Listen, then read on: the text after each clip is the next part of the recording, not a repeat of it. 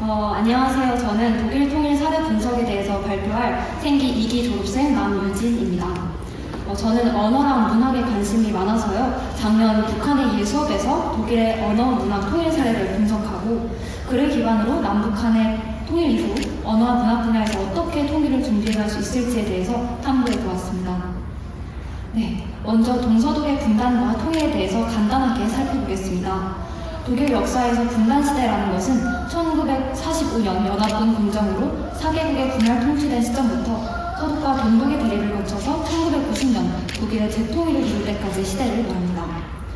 나치 독일이 제2차 세계대전에서 패전한 결과로 독일은 전쟁으로 얻은 것들을 모두 잃고 폴란드와 소련에게 영토의 동쪽을 내어주게 됐습니다. 그리고 연합국들과 소련 사이의 냉전은 독일을 분단시켜서 결국 동독과 서독이라는 두 국가가 설립되게 됩니다. 그러던 어느 날 1989년 11월 9일 저녁 7시에 동독의 정치국원이었던 샤도프스키가 정책심의에 직접 참여하지 않고 잘 모른 채 서독을 포함한 외국 여행을 당장 지금부터 자유화한다 라고 말했습니다. 그의 말실수는 TV에 방송되었고 그날 밤 11시 30분경 경계병들도 외국 여행이 자유화됐다는 말만 믿고 국경을 개방합니다. 그날 독일의 장벽이 붕괴되었고 동독 정부는 서독과 재빠르게 협상을 시작했습니다. 그로부터 약 1년 후 독일의 재통일은 1990년 10월 3일에 동독에 속하던 5개의 주들이 독일 연방공화국에 가입하는 형식으로 이루어졌습니다. 그럼 다음으로 독일의 언어 통일 사례를 분석하고 남북한 언어 통일 방안에 대해서 말씀드리겠습니다.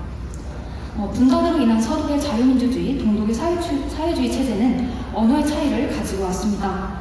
통일로 인해서 동서독의 주민들은 얼굴을 맞대고 대화할 수 있게 됐지만 한 대상을 지칭하는 단어가 다르거나 또는 같은 단어임에도 다양한 뜻을 가지고 있는 경우가 많아서 의사소통이 원활하지 않았습니다. 예컨대 사회주의 체제를 표방한 동독은 주어로 우리나 사람을 주로 썼지만 자유민주주의 체제를 표방했던 서독은 주어로 나를 많이 썼습니다. 그런데 이러한 언어의 장벽 문제를 해결하는 노력의 대부분은 동독 주민들의 몫이었습니다. 동독 주민들은 스스로가 오씨라는 것을 밝히고 싶지 않았기 때문에 서독의 자본주의 체제의 단어와 새로운 언어 습관을 외국어를 배우듯이 새롭게 배워야 했습니다. 이로 인해서 길지 않은 시간 동안 수많은 동독 말들이 사라지게 됐고요. 베를린 장벽의 무너짐은 동독의 정치 시스템뿐만이 아니라 동독의 생활관습, 예절, 또 동독의 그런 언어들마저도 무너뜨린 것입니다. 동독 정부가 소유했던 공장은 크록스 아이게너 배터리, 줄여서 파울베라고 불렸습니다. 인민이 주인인 공장이라는 뜻인데요. 그런데 동독이 사라지면서 인민도 사라졌고 공장도 주인을 잃게 됩니다. 아직까지 폐허로 남은 공장도 많지만 일부 공장들은 다음 사진과 같이 대한문화공간으로 탈바꿈하기도 했습니다. 대표적으로 동독 라이프치히에서 가공식품을 만들던 낡은 외관의 인민소유 공장이 다양한 문화공간으로 활용되고 있고요. 그 당시 네오사인 간판이 아직도 보존되는 모습을 볼 수 있습니다. 인민소유 공장은 이제 실생활에 쓰이는 단어가 아니라 역사의 한 장면, 또 사라진 문화의 한 장면으로만 남아있습니다. 동독 체제를 가리키는 수많은 단어들은 사라졌지만 아직까지도 명맥을 유지하고 있는 단어가 몇 개 있는데요. 다음과 같이 음식 이름 등 사람들의 삶과 밀접한 단어들이 살아남았습니다. 이 단어들은 동독 시절의 향수를 가진 구 동독 주민들을 대상으로 한 광고 문구에서 종종 쓰이고 있고요. 또 구 동독 지역에서 실제로도 많이 쓰이고 있다고 합니다. 독일 통일 후 32년이 지났는데 동서독의 격차는 여전하지만 시간이 흐를수록 그 차이의 크기는 점점 줄어들고 있습니다. 오씨나 배씨와 같이 서로를 낮춰 부르던 말은 이제 실생활에서 거의 쓰이지 않고 있고요. 그 속에 내포된 부정적인 의미도 많이 옅어져서 단순히 서로를 구분하는 용도로만 쓰인다고 합니다. 또 구동독 주민들도 이제는 서독 사람처럼 보이기 위해서 애쓰지 않습니다. 오히려 동독 출신이라는 것에 자부심을 가지고 자신의 언어를 힘주어 사용하는 경우도 많다고 합니다. 또 서독 지역에 살다가 진학이나 구직 등의 이유로 동독 지역으로 온 젊은 서독인들은 낯선 동독말에 처음엔 잠시 헷갈려 하지만 그것을 없어져야 할 동독의 사회주의 언어가 아니라 그냥 그 지역의 사투리로 받아들인다고 합니다. 이처럼 과거 순교의 대상이었던 동독말이 오늘날에는 동독 지역의 사투리로서 독일어를 더욱 다채롭게 만드는 문화적 유산으로 인식되고 있다는 점은 매우 긍정적인 부분인 것 같습니다. 이처럼 동서독의 언어 갈등과 통합을 통해서 우리가 어떻게 남북한의 언어적 통일을 이룰 수 있을지 몇 가지 방법을 한번 고민해 보았는데요. 첫째는 동서독 통일 초기에 언어의 장벽 문제를 해결하는 대부분 동독 주민들의 몫이었기 때문에 우리 남북한의 경우에는 남한과 북한의 언어가 모두 같이 있다는 것을 인지하고 언어에 대해서 상대주의적인 태도를 가지고 함께 이 언어의 장벽 문제를 해결해 나가면 좋을 것 같습니다. 둘째로는 통일 이전에 잠시 중단되어 있는 남북 공동 결의말 큰 사전 편찬 작업을 다시 시작하면 좋을 것 같습니다. 이를 통해서 남북한의 언어적 차이와 또 북한말을 연구해서 통일 언어를 미리 준비해 간다면 통일의 그날에 더욱더 통일된 언어로 함께 생활할 수 있을 것 같습니다. 셋째로는 남한 주도의 통일 이후에 옛 북한의 공산주의 기관들과 언어들은 역사의 한 장면으로만 남게 될 겁니다. 독일이 그러했듯 그러한 공간들을 대한문화 공간으로 사용하면 좋을 것 같습니다. 마지막으로는 통일 이후 더욱 적극적으로 북한의 언어학자들과 함께 통일 한국의 방언들을 연구하고 또 언어 다양성의 측면에서 연구하고 보존하는 그런 우리가 됐으면 좋겠습니다. 다음으로는 독일 문학 통일 사례를 한번 분석해보고 남북한 문학 통일 방안에 대해서 말씀드리겠습니다. 넘겨주시면 감사하겠습니다. 독일은 예로부터 시인과 사상가의 나라로 불려왔습니다. 좌측에 보이시는 것은 독일 베를린에 있는 작가, 사상가 기념탑인데요. 괴테, 헤르만 헤세, 칸트, 마틴 루터 등 정말 전 세계에 영향을 주는 굵직한 인물들이 바로 독일 출신입니다. 또 오른쪽에 보이시는 초상화들은 다양한 작가들의 사진인데요. 괴테, 하이네, 토마스만, 하인리히펠, 빈터그라스에 이르기까지 독일 작가들은 민족의 양심, 또 보편적인 가치의 담지자로서 존경을 받아왔습니다. 때로는 정치인의 발언보다도 더 강력한 현실적인 영향력을 지녔었는데요. 그런데 동서독 통일 이후 작가의 도덕적인 권위와 사회적인 발언이 크게 위축됩니다.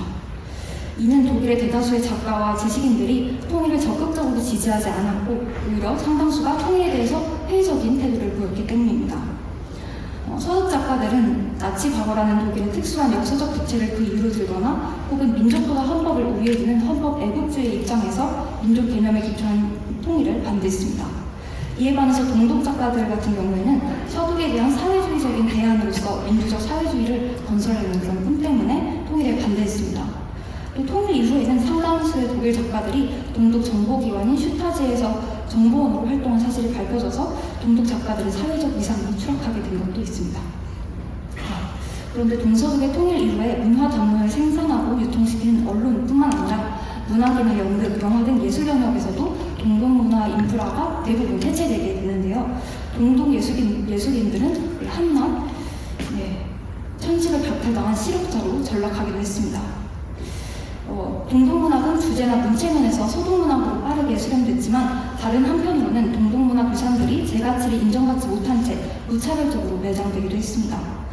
과거 스탈린주의를 찬양하고 동독의 잘못된 정책까지도 맹목적으로 수용했던 사회주의 어용문학이 정리된 것은 자연스러운 일이라고 하겠지만 동독 체제의 모순과 부조리, 개혁 능력의 부재를 진지하게 비판하고 대안을 모색했던 제야문학마저도 통일 독일의 문학계에서 푸대접을 받았다는 것은 좀 많이 안타까운 사실인 것 같습니다.